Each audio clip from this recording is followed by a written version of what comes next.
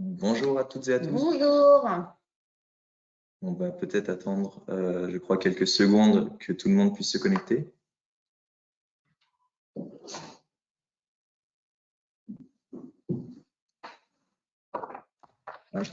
je pense qu'on peut commencer. Bonjour à toutes et à tous et merci beaucoup de nous rejoindre pour ce webinaire, cet avant-dernier webinaire du cycle sur le cycle de la biodiversité.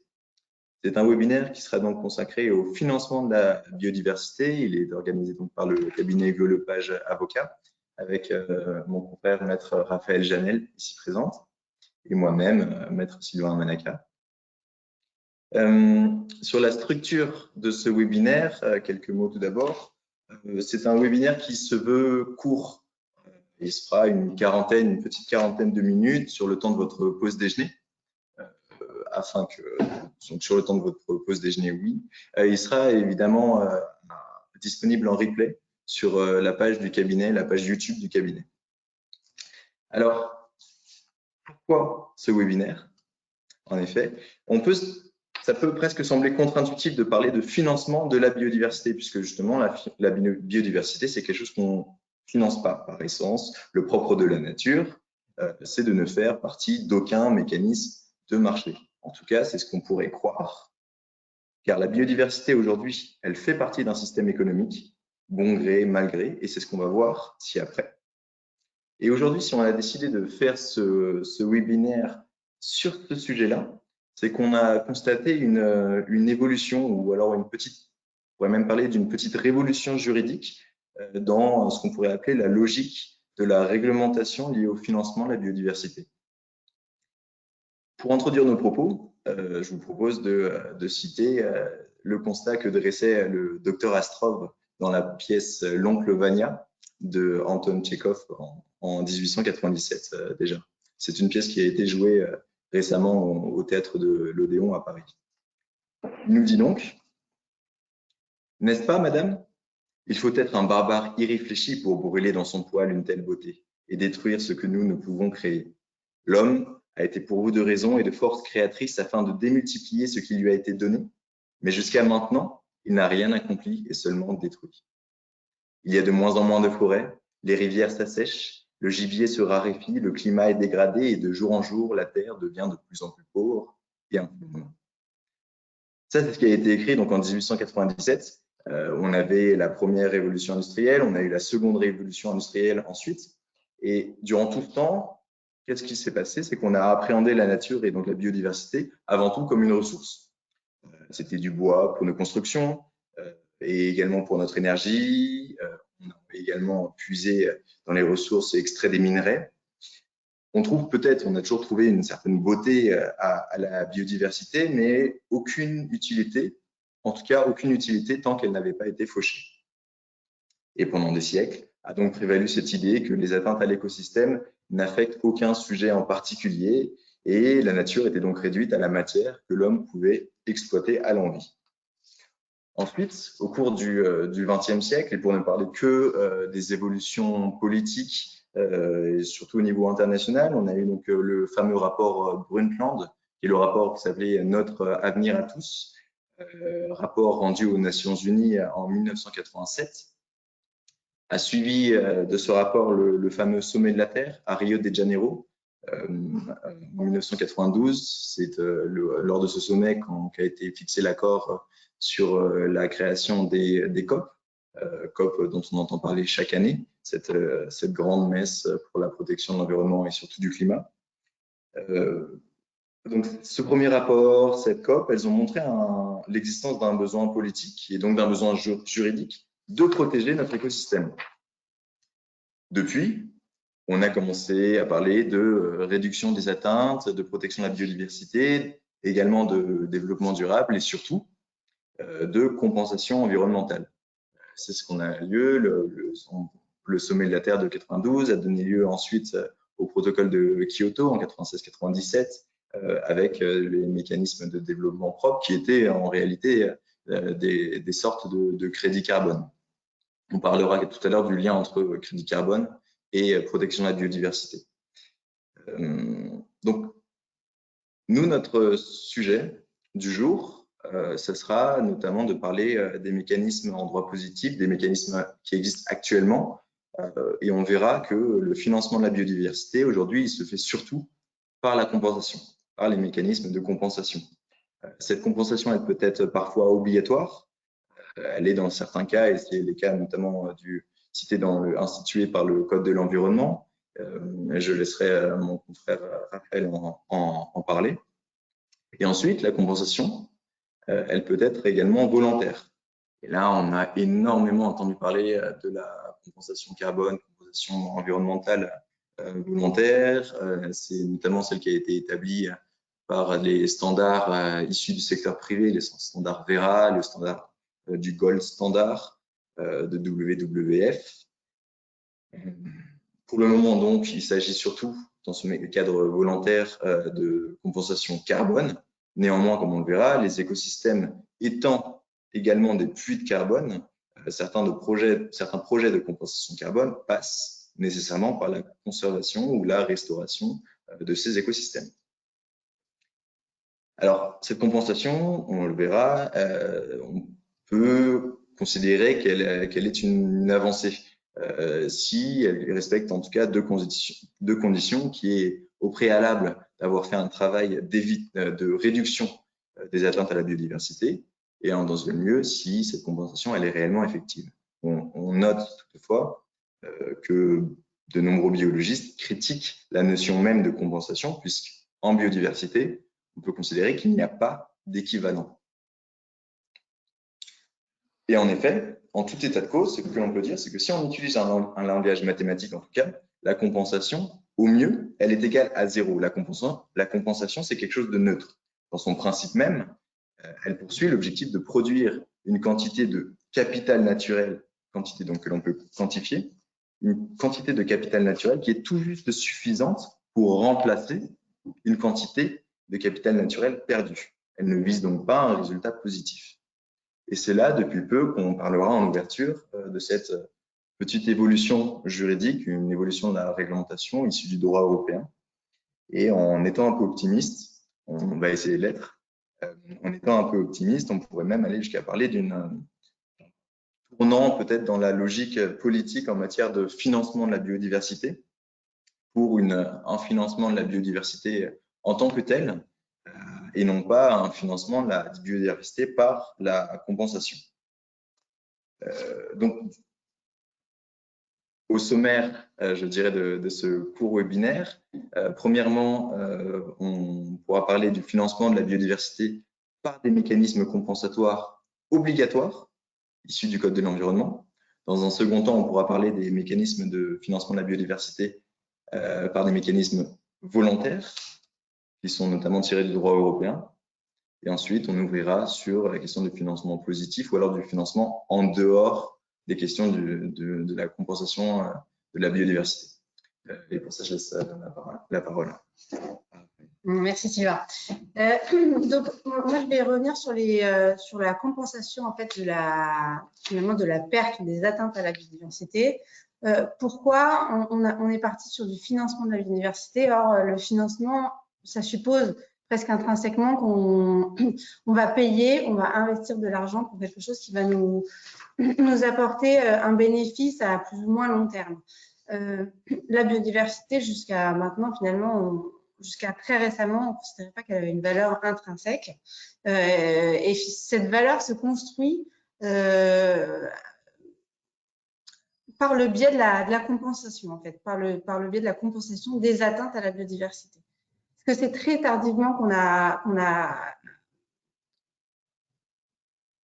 permis de compenser les atteintes à la biodiversité. Je rappellerai qu'en fait, en droit français, le préjudice écologique, donc l'atteinte à un élément de la nature, n'est reconnu que depuis 2012. Ça a été dans le cadre du procès de l'Erika.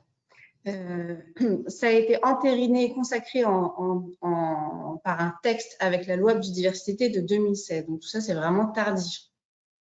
Il y a des textes maintenant qui ont été introduits dans le Code civil pour réparer le préjudice écologique et définir le préjudice écologique. Et donc ça, le juge civil se l'est approprié en 2012 et le juge administratif n'a reconnu la possibilité de réparer, n'a reconnu le préjudice écologique qu'en février 2021. Donc, on voit que c'est très tard. La compensation des atteintes à la biodiversité, c'est vraiment très récent. Le code civil prévoit uniquement une réparation en nature du préjudice écologique. Elle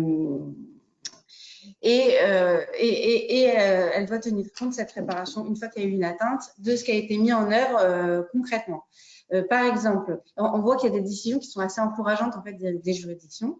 Par exemple, en février dernier, le tribunal correctionnel de Lille a condamné la société Tereos à l'indemnisation d'un préjudice écologique à hauteur de 8 086 860 000 €. Et ce préjudice, donc c'était vraiment, on est loin des 1 € de dommages et intérêts symboliques qui a pu être octroyé par le passé.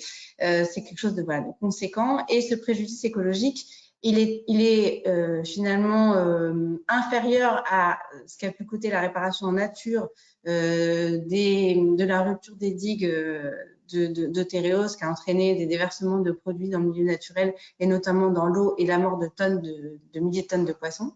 Il est limité quelque part à 8,86 € parce qu'ils ont tenu compte des mesures qu'avait pris le préfet déjà pour réparer les dommages à l'environnement. Donc, en réalité, le préjudice écologique, il s'élèverait à un montant, si on devait le financiariser, bien plus important que les presque 9 millions d'euros.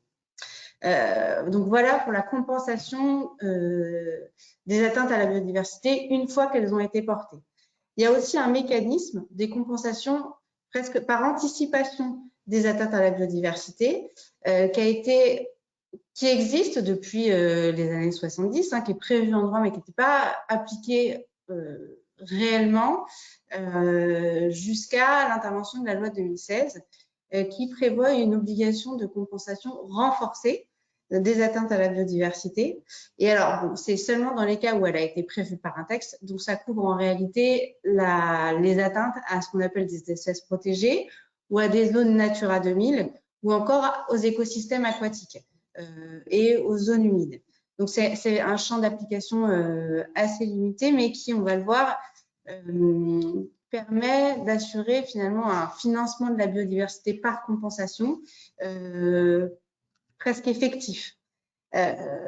Pourquoi et comment? Parce que la compensation des atteintes à la biodiversité, elle impose une absence de perte nette. La compensation doit aboutir à une absence de perte nette de la biodiversité, voire à un gain de biodiversité.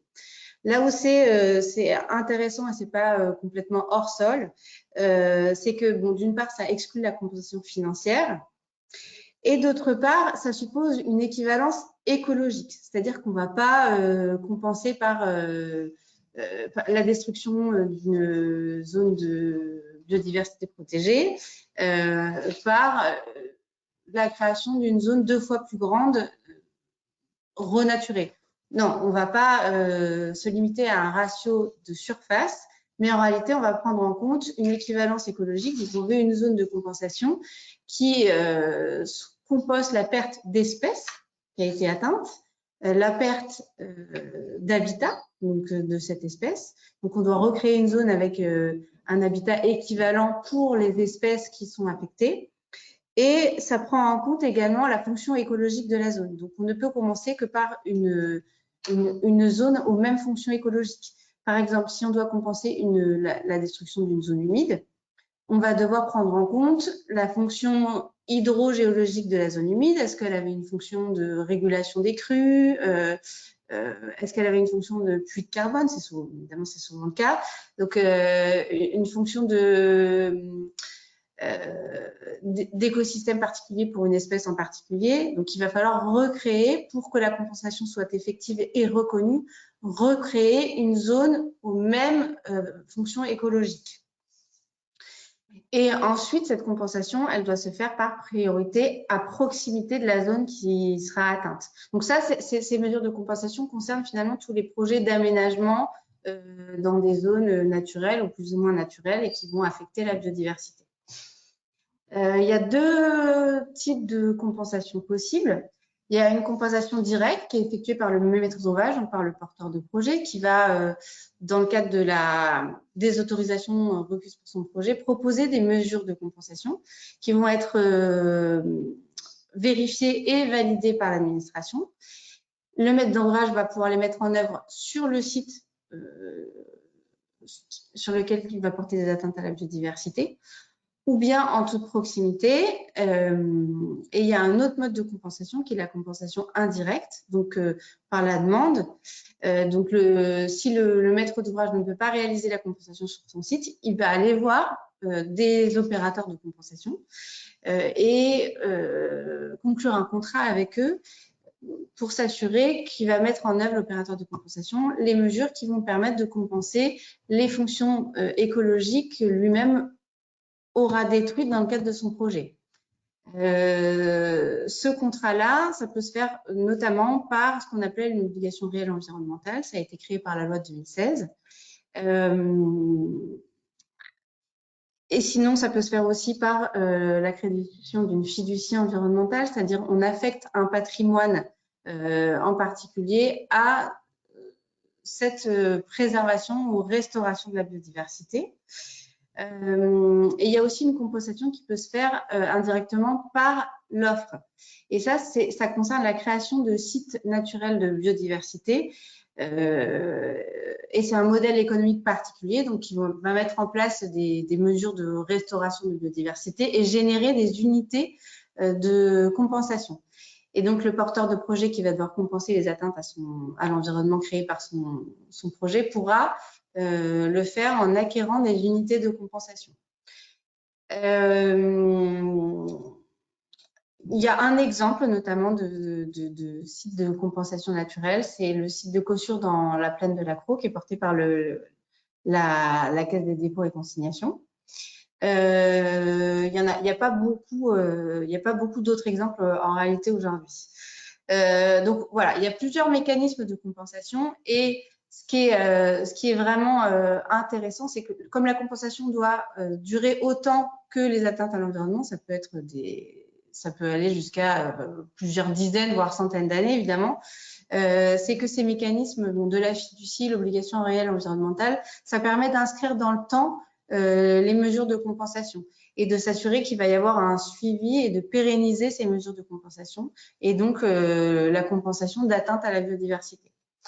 Et ce qui est intéressant, en fait, c'est que comme c'est porté par un modèle d'autorisation environnementale qui vient répondre à un principe normalement d'interdiction de porter atteinte à la biodiversité, il va y avoir des sanctions administratives qui peuvent être mises en œuvre si les mesures de compensation proposées ne sont pas respectées.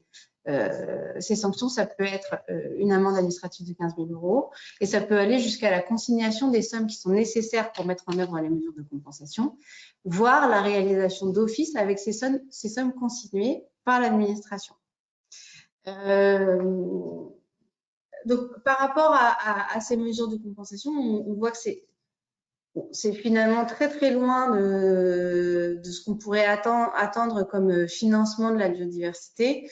Le cadre mondial pour la biodiversité qui est vu comme une grande avancée et qui a été entériné, consacré dans le cadre de la COP 15 à Montréal en décembre dernier, qui prévoit un financement de 200 milliards d'euros sur la biodiversité. On est loin de tout ça. Il va falloir qu'il y ait d'autres mesures de financement de la biodiversité.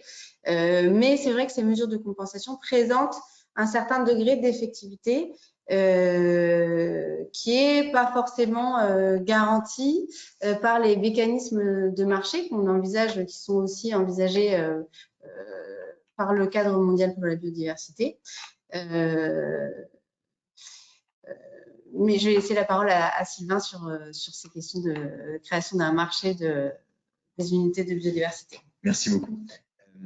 Oui, donc sur ce deuxième point, on va parler du financement de la biodiversité par des mécanismes compensatoires volontaires, cette fois-ci, issus notamment du droit européen. Alors, en micro-introduction, ici, on parlera plus de compensation carbone que de compensation stricto sensu de la biodiversité. Mais néanmoins, ce qu'on se rend compte, c'est que pour compenser les émissions de carbone, il faut avant tout permettre leur absorption dans des puits de carbone. Et or, en dehors des solutions technologiques d'absorption du carbone, donc on parle souvent de stockage géologique, etc.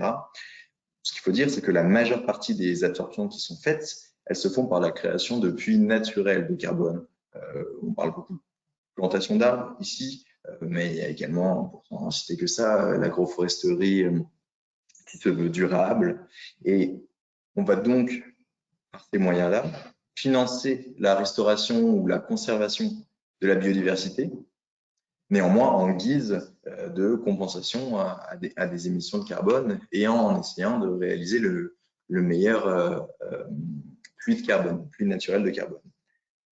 Une autre différence à faire, cette fois-ci entre ces marchés de compensation carbone et une différence que l'on peut faire avec les marchés des quotas d'émissions du système européen, du système d'émission système d'échange des quotas d'émissions de gaz à effet de serre.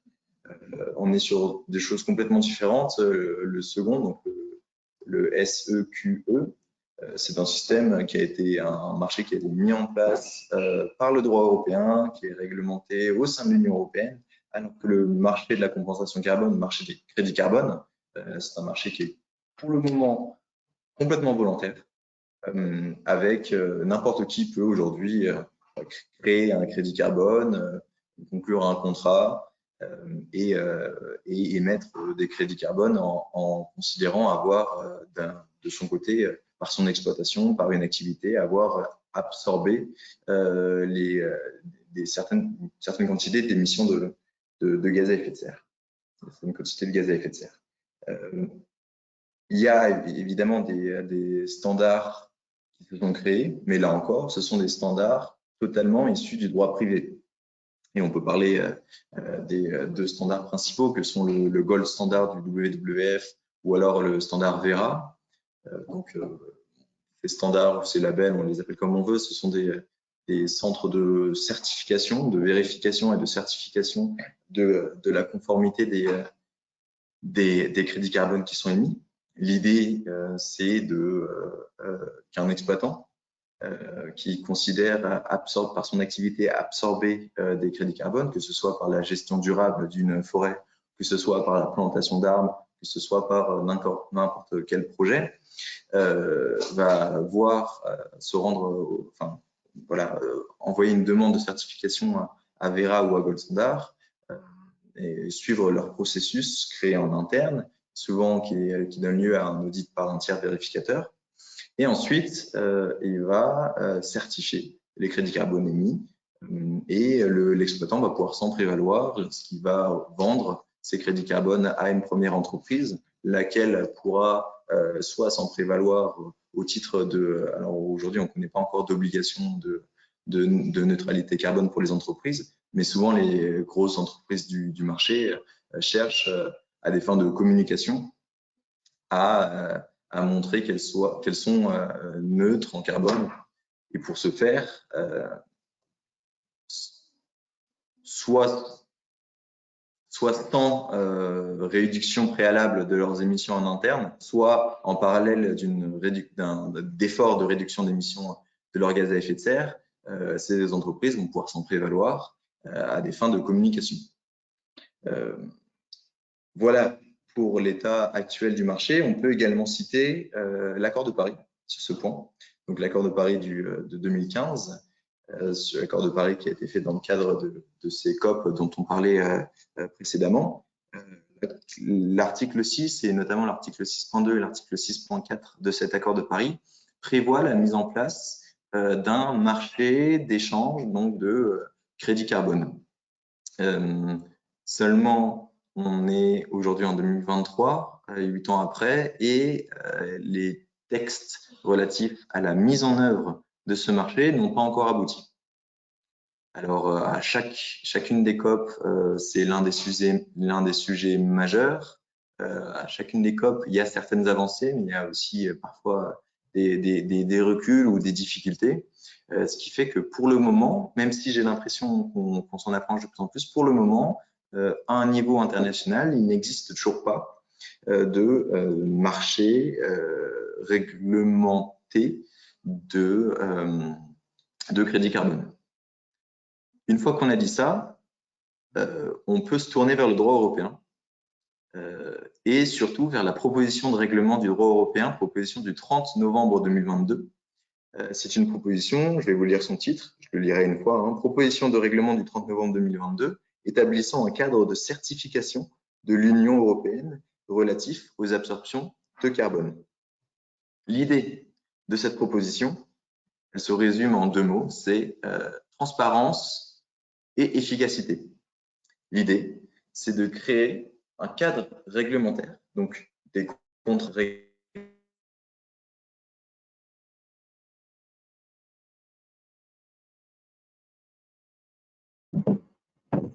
Sylvain, je crois qu'on ne vous entend plus.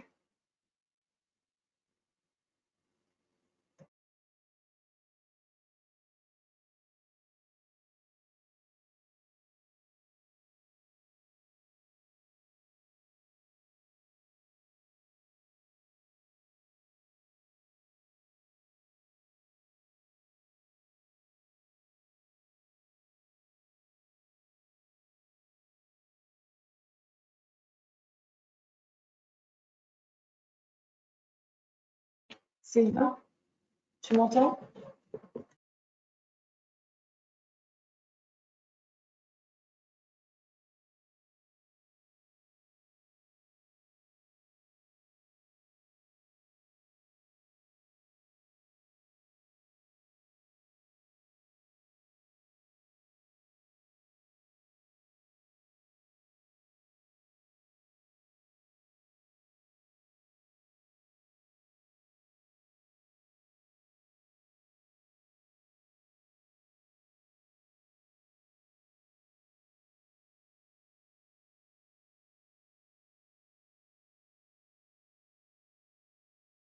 Est-ce que vous m'entendez? Je vous entends toujours pas.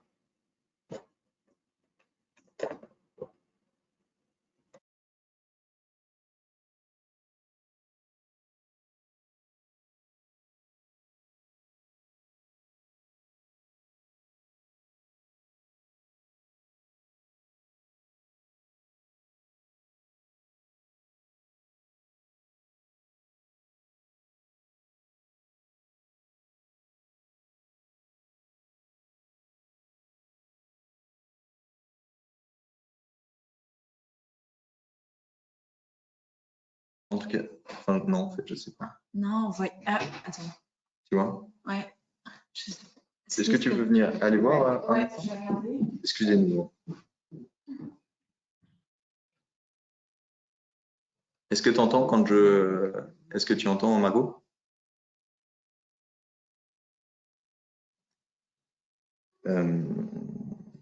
C'est bon, c'est reparti. C'est bon, c'est reparti. Super. Oui, Merci. c'est bon. Merci, merci. Bah, donc, je reprends. J'en étais au moment où j'allais justement présenter la structure de cette proposition de règlement et notamment les 3 piliers qui la structurent.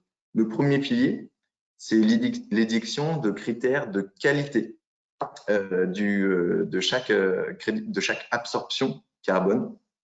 Et pour les citer, donc il y a un premier critère qui va être celui de la quantité absorbée, deuxième critère qui va être celui de l'additionnalité, on pourra parler, en dire plus juste après, la question du stockage sur le long terme, et ensuite, enfin, le critère de durabilité, notamment, évidemment, on pense ici à la durabilité environnementale et aux bénéfices connexes pour la biodiversité que doit avoir le crédit carbone. Le deuxième pilier, c'est le processus de vérification et de certification des absorptions. Donc, on a là aussi des règles qui ont été mises en place sur ce processus. Le troisième pilier, c'est par rapport plus précisément aux règles de fonctionnement du système de certification. Par système de certification, on entend ici les standards issus du secteur privé.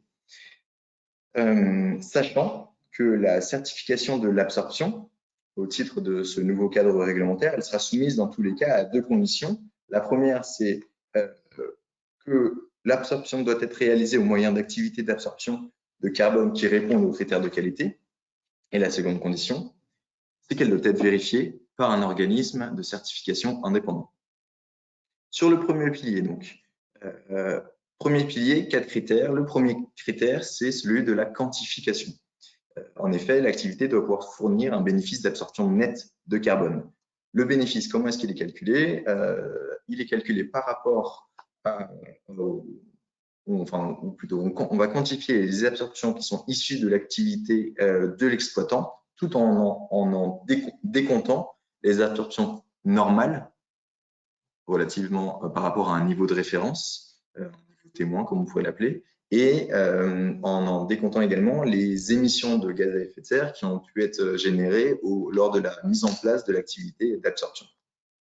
Par exemple, si on parle de plantation d'arbres ou d'agroforesterie, là encore, on a une première absorption qui est l'absorption due à l'activité de plantation d'arbres, donc les émissions qui vont être absorbées par les arbres nouvellement plantés, moins les absorptions qu'on aurait pu avoir normalement, moins les émissions qui ont été générées lors de la plantation des arbres. Ce niveau de référence, il doit correspondre aux performances normales d'absorption de carbone d'activités comparables dans des conditions sociales, économiques, environnementales et technologiques qui sont analogues. Et ce niveau de référence, il est également mis à jour de manière périodique. S'agissant de l'additionnalité, donc le deuxième critère, l'additionnalité de l'absorption, il faut savoir que il faut que cette absorption, elle se fasse par rapport à l'absorption qui aurait eu lieu en dehors de toute activité dédiée. C'est-à-dire qu'il faut que cette absorption, elle doit être additionnelle par rapport à une méthode classique. Si on reprend par exemple la méthode d'absorption qui relève de la gestion durable d'une forêt, on doit pouvoir s'assurer que cette gestion durable, elle permet réellement une augmentation de l'activité de puits de carbone. Ensuite, sur le stockage à long terme, l'exploitant doit satisfaire donc à 2 critères. D'une part, il doit surveiller et atténuer le cas échéant tout risque de rejet du carbone stocké, donc un incendie, par exemple, incendie d'une forêt. Et en plus, il doit être soumis à des mécanismes de responsabilité en cas de rejet. Enfin, sur la durabilité, comme j'ai pu le dire, l'activité d'absorption, elle doit également engendrer des bénéfices relativement aux 6 objectifs suivants, qui sont les objectifs notamment de la taxonomie européenne. Donc, on retrouve les 6 objectifs d'atténuation et d'adaptation au changement climatique, de protection de la faune et flore marine, de protection de la biodiversité en tant que telle, prévention de la pollution, et le dernier, si je ne m'abuse, c'est sur l'économie circulaire. Ensuite, ces 4 critères de qualité, ils vont être déclinés au sein de méthodes d'absorption pour chacune des techniques qui existent. On va retrouver donc une méthode pour la gestion durable d'une forêt, une méthode pour l'agriculture écologique ou l'agriculture qui permet une meilleure absorption des sols, une méthode pour le reboisement, une méthode pour la conservation des boisements qui existent déjà. Et là, on retrouve un procédé qui est vraiment similaire au procédé français qu'on a dans le cadre du label bas carbone. Pour rappel, dans le cadre du label bas carbone, tout fonctionne sur des méthodes qui ont été créées par le secteur privé. Donc, toute personne, tout groupement peut décider de créer une méthode de réduction d'émissions. Et ensuite, cette méthode, elle doit être néanmoins certifiée par l'État, par le ministère de la Transition écologique. En l'espèce, on retrouve ces méthodes avec des critères et des prescriptions qui doivent être respectés. Néanmoins, ici, les méthodes, elles ne sont pas déterminées par le secteur privé, mais elles sont créées par la Commission européenne au moyen d'actes délégués.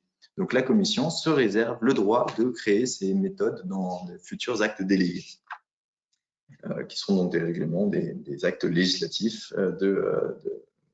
législatifs ou exécutifs de la Commission. Le second pilier, c'est sur le processus de certification d'absorption. Là encore, on retrouve quelque chose similaire au label bas carbone. Je compare avec le label bas carbone parce que c'est quelque chose qu'on retrouve beaucoup en droit français, qui est une réelle particularité qu'on a et qui a servi de modèle pour la création de ce règlement. Donc, d'une part, l'exploitant doit soumettre à un organisme de certification, donc un standard issu du droit privé, des infos concernant l'activité d'absorption qu'il va mener et sa conformité aux critères de qualité. Cet organisme, ce standard, là encore issu du droit privé, va effectuer un audit et rendre un certificat, le cas échéant. Et dans un second temps, une fois l'activité menée, l'organisme de certification va effectuer un nouvel audit et vérifier si l'absorption du carbone et les protections au bénéfice de la biodiversité connexe ont été respectées. Et uniquement dans ce cas, un certificat va être enregistré et des unités d'absorption vont être émises. Donc là encore, on retrouve le fonctionnement du label bas carbone. C'est uniquement une fois qu'on a ces émissions qui ont été absorbées, une fois qu'on a vu concrètement le résultat, qu'un certificat peut être émis et non pas à l'origine. Ce qui change quand même un peu la logique et qui est une certaine garantie d'effectivité. Le troisième pilier, c'est sur les règles de fonctionnement des systèmes de certification, donc de ces standards privés.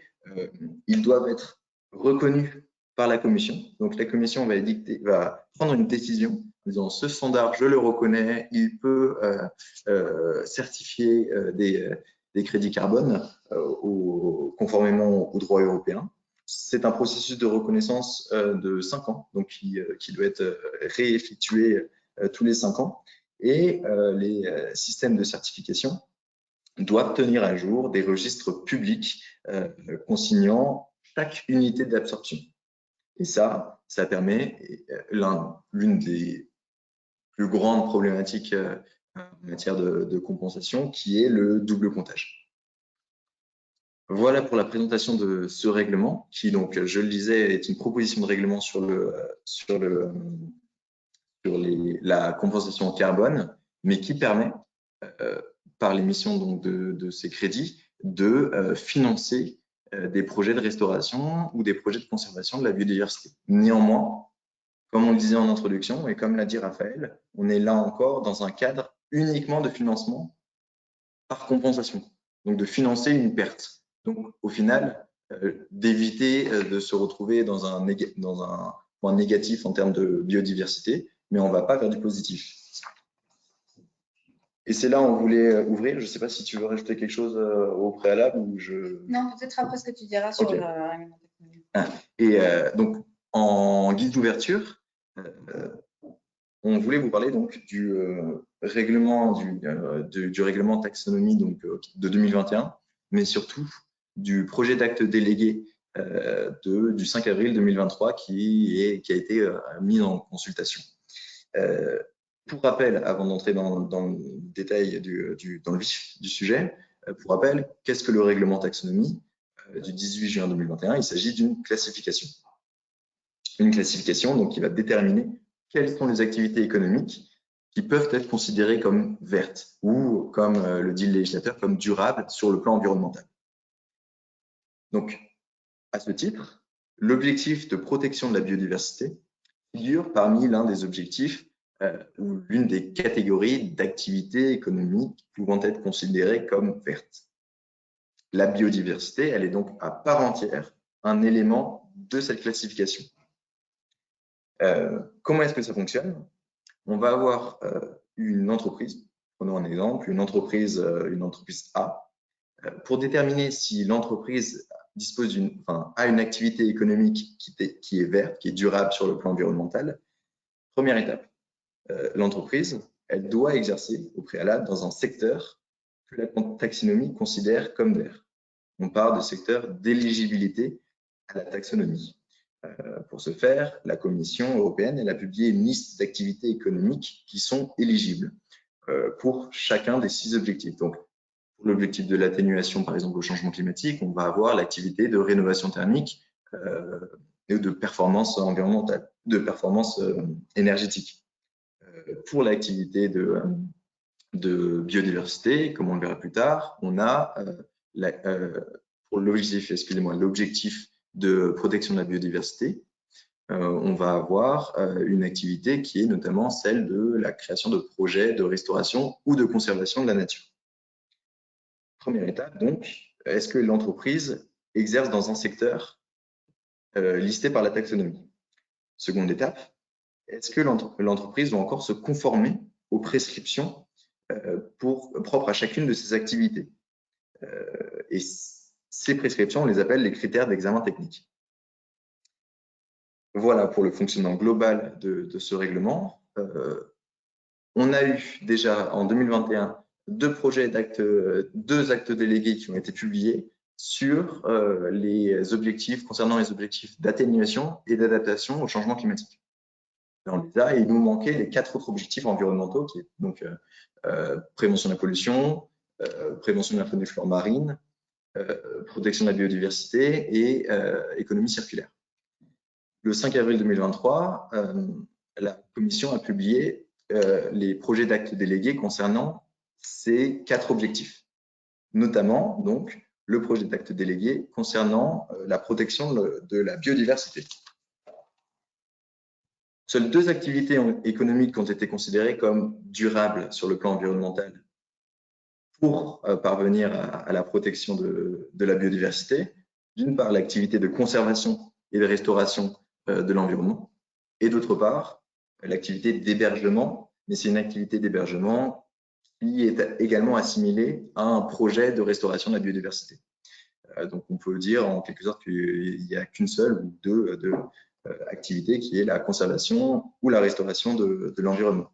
Et là où ça devient intéressant, c'est que dans ces critères, les critères de la projet de restauration et de conservation de la biodiversité, il est écrit explicitement l'exclusion de la compensation. C'est-à-dire que le projet de restauration ou le projet de conservation de la biodiversité, il ne doit pas avoir pour finalité la seule compensation d'émissions de carbone, ou autre d'ailleurs, ou de compensation de la biodiversité.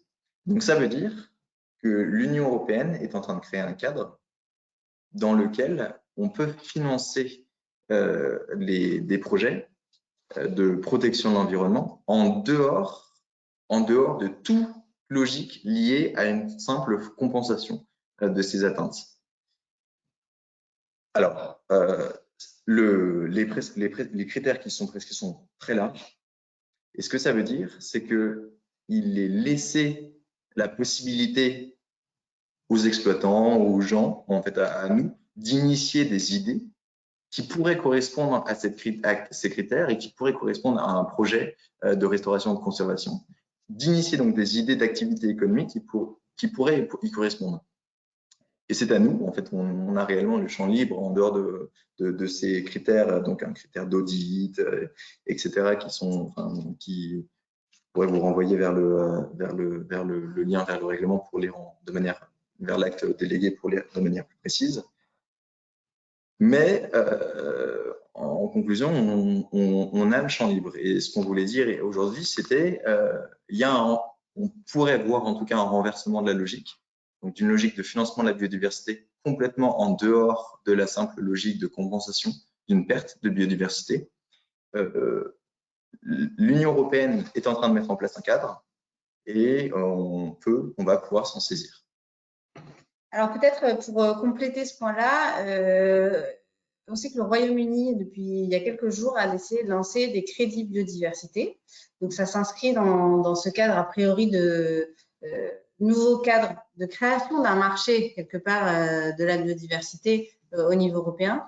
Donc ça, c'est ce que fait le Royaume-Uni. On n'a pas vraiment de précision, c'est juste que ces crédits devront là encore, ça semble s'inscrire dans une problématique de compensation, parce qu'ils devront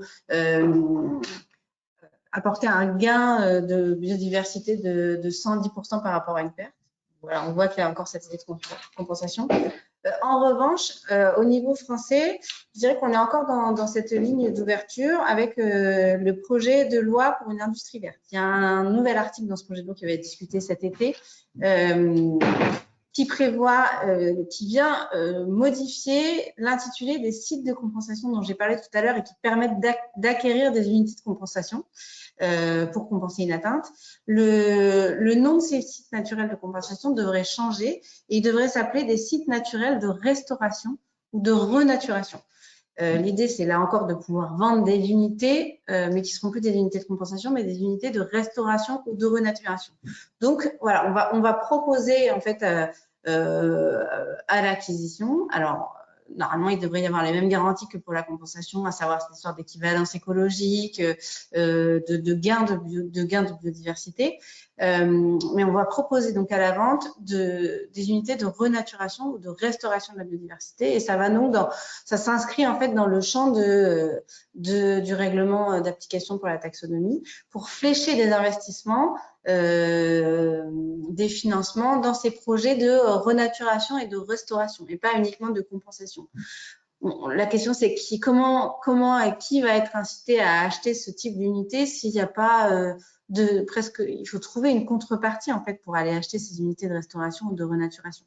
Jusqu'à maintenant, la contrepartie c'était une obligation de compenser une atteinte à l'environnement ou à la biodiversité. Là aujourd'hui, il va falloir inventer finalement cette contrepartie à l'acquisition d'unités de restauration de la biodiversité. Mais voilà, c'est ouvert. À nous de nous en saisir et de voir comment ça va être utilisé et de donner tout leur essor à ces nouveaux mécanismes. Voilà. Un premier exemple, par exemple, c'est une agriculture, que ce soit une agriculture sur sol vivant ou d'autres sortes d'agriculture qui permettent en tout cas un stockage supplémentaire de carbone ou qui permettent de protéger la biodiversité. Le règlement et l'acte délégué dont j'ai pu parler, c'est exactement ce genre de projet vers lequel il souhaite orienter. Donc la taxonomie, elle souhaite flécher les investissements privés désormais vers, entre autres, en restant nuancé, entre autres, vers cette agriculture, par exemple. Voilà. Merci. On passe aux questions, si vous êtes d'accord. Ouais. Alors, on a une première question. Ce cadre, je pense que dont tu parlais, Raphaël, est-il voué à s'appliquer en dehors de la zone UE? Et si oui, dans quel délai ce dernier serait-il hypothétiquement mis en place? Tu peux répéter, pardon, j'ai pas entendu le début. Ce cadre est-il voué à s'appliquer en dehors de la zone UE? Et si oui, dans quel délai ce dernier serait-il hypothétiquement mis en place? Je pense que c'est pour toi. Je pense qu'il n'y a pas de cadre géographique précisé. On va être dans le même système en fait que les crédits carbone. L'idée c'est de maximiser, en fait, de multiplier les projets de préservation, de renaturation ou de restauration de la biodiversité. Donc, je pense, a priori, dans le texte, il n'y a pas de limite géographique, en fait. Après, sur le délai, le règlement taxonomie, sauf erreur, il date de 2021. Et là, on a un projet d'acte d'application qui est encore dans les tuyaux, qui n'a pas été adopté. Il faut un compromis entre tous les États européens. Mais bon, vu l'urgence, vu que c'est poussé par le cadre mondial pour la biodiversité de décembre dernier, ça pourrait peut-être être adopté d'ici la fin de l'année, mais bon, là, c'est sans aucune, c'est vraiment on doit mouiller. Alors, autre question. Les crédits biodiversité mis en place au Royaume-Uni ne risquent-ils pas d'être de simples décalques des crédits carbone déjà existants? De simples quoi, pardon? Décalques. Décalques. Alors, je ne sais pas exactement ce qui se passe au Royaume-Uni. En effet, il y a des risques qui sont pointés sur l'efficacité et l'effectivité de ces crédits biodiversité. Après, peut-être pour une note d'optimisme, je dirais que c'est ce qui se fait en France, ça devait être fait en France par rapport à la compensation. Il y a quand même un contrôle par l'administration de l'effectivité des mesures de compensation, des mesures de restauration de la biodiversité. Donc, voilà, comme il y a ce contrôle, je me dis qu'on peut se permettre un peu d'optimisme sur les crédits biodiversité ou les unités de renaturation qui seront peut-être créées très bientôt en France, du fait du contrôle par l'administration en fait sur le gain de biodiversité. Pour le Royaume-Uni, je ne saurais pas en dire plus. Ça a été annoncé il y a que quelques jours et j'ai pas le détail. Voilà. Alors, autre question. Y a-t-il aujourd'hui beaucoup d'opérateurs de compensation en France? D'opérateurs de compensation? Oui. Alors, il y en a de plus en plus en France et c'est notamment, alors pour ceux qui le peuvent en tout cas, dans le cadre du label bas carbone, comme j'ai pu en parler tout à l'heure, il y a énormément de méthodes qui ont été certifiées par le MTE, par le ministère de la Transition écologique. Et sur le fondement de ces méthodes, il y a des projets qui se mettent en place. Alors, beaucoup, je ne sais pas. Enfin, beaucoup, non, voilà. Mais il y en a de plus en plus.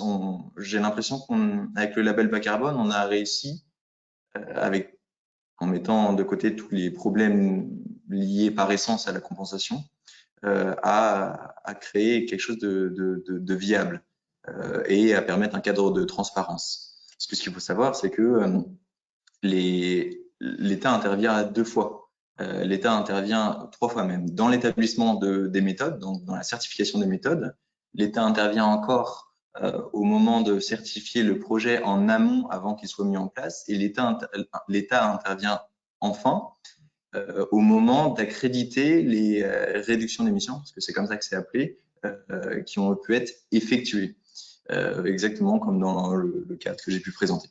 Donc il y a quelque chose qui se met en place. Merci. Autre question. Les entreprises françaises ont-elles déjà commencé à accumuler des crédits biodiversité? À ma connaissance, non. En fait, il n'y a pas vraiment de crédit biodiversité. Ce qui existait jusqu'à maintenant, c'était les unités de compensation d'atteinte à la biodiversité. Je sais que ce projet dont je parlais tout à l'heure de Cossure, qui est un site naturel de compensation, a généré des unités de compensation et il me semble qu'elles ont été acquises par certaines sociétés françaises dans le cadre de leur projet d'aménagement ou d'industrie qui allait porter atteinte à la biodiversité. Après, voilà, la loi Industrie verte devrait favoriser le développement d'unités de crédit biodiversité. Quelque part, ça sera des unités de renaturation ou de restauration de la biodiversité. Et espérons que les entreprises françaises vont se saisir de ces nouveaux instruments de marché en espérant que les garanties actuelles qui sont liées à l'intervention de l'administration dans le contrôle du gain de biodiversité seront maintenues pour ces nouvelles unités de restauration et de renaturation.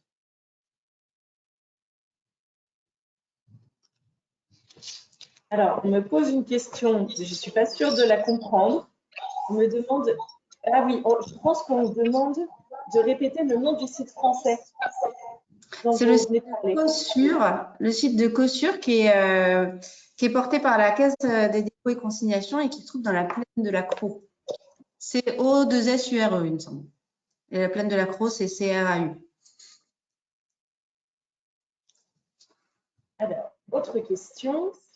Quelles sont les mesures actuelles empêchant les acteurs du marché de recourir aux allégations environnementales trompeuses? Quelles sont les mesures actuelles mises en place afin d'empêcher les acteurs du marché de recourir à des allégations environnementales trompeuses? Alors pour le moment, sur les allégations, alors là on dévie un peu du sujet, hein.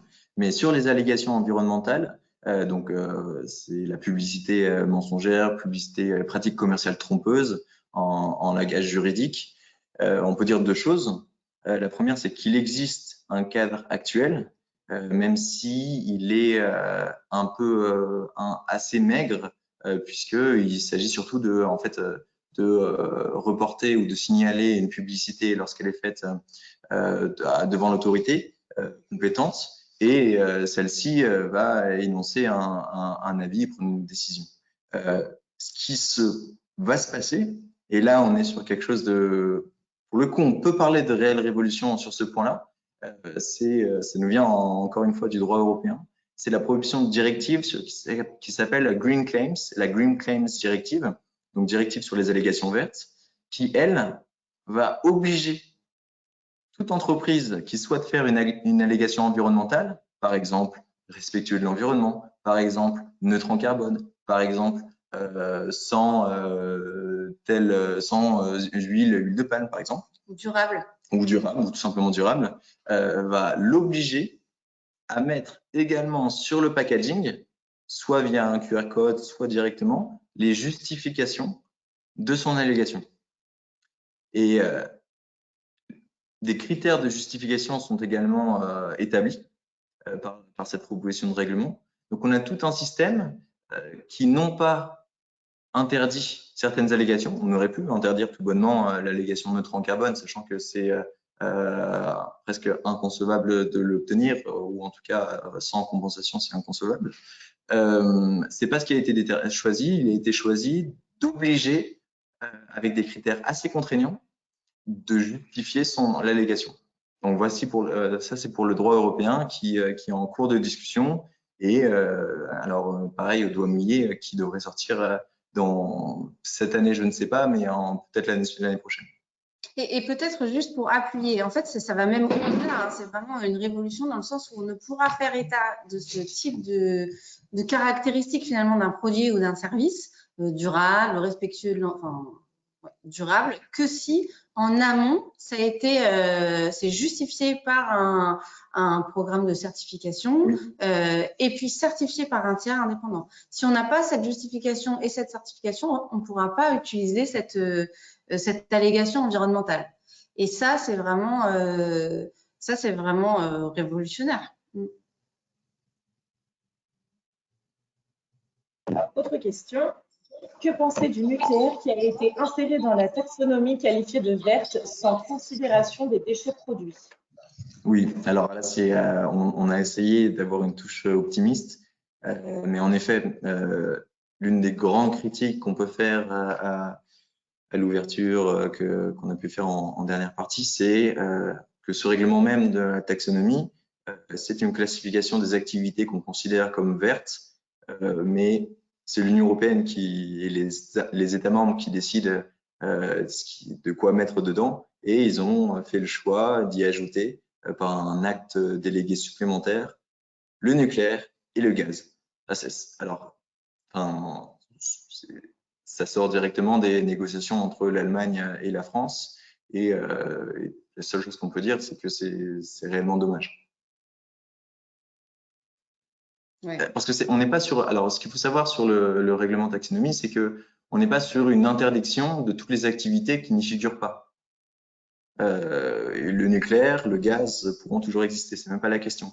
La taxonomie, elle veut faire une classification des activités vertes pour pouvoir flécher, réorienter les investissements privés vers ces activités. Puisque il y a cette classification qui est mise en place. Derrière ça, il y a des obligations de transparence, notamment pour les fonds de gestion, pour les investisseurs institutionnels, de prévoir dans leur portefeuille lorsqu'ils disent, et là c'est l'article 8, article 9 SFDR, lorsqu'ils considèrent qu'un produit financier est durable, ce produit financier doit être aligné avec la taxonomie, c'est-à-dire doit financer les activités économiques listées par la taxonomie.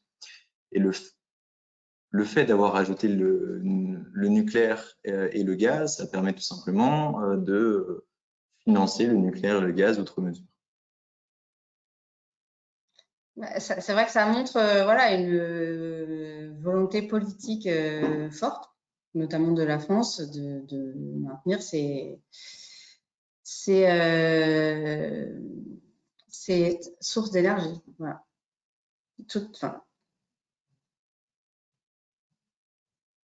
Merci beaucoup. Je n'ai pas d'autres questions. Merci Margot. Merci à tous. Merci beaucoup. Donc, on se retrouve pour notre dernier webinaire du cycle dans 15 jours et ce sera consacré à la responsabilité civile, administrative et pénale en matière de biodiversité. Merci beaucoup. Merci. Au revoir. Au revoir.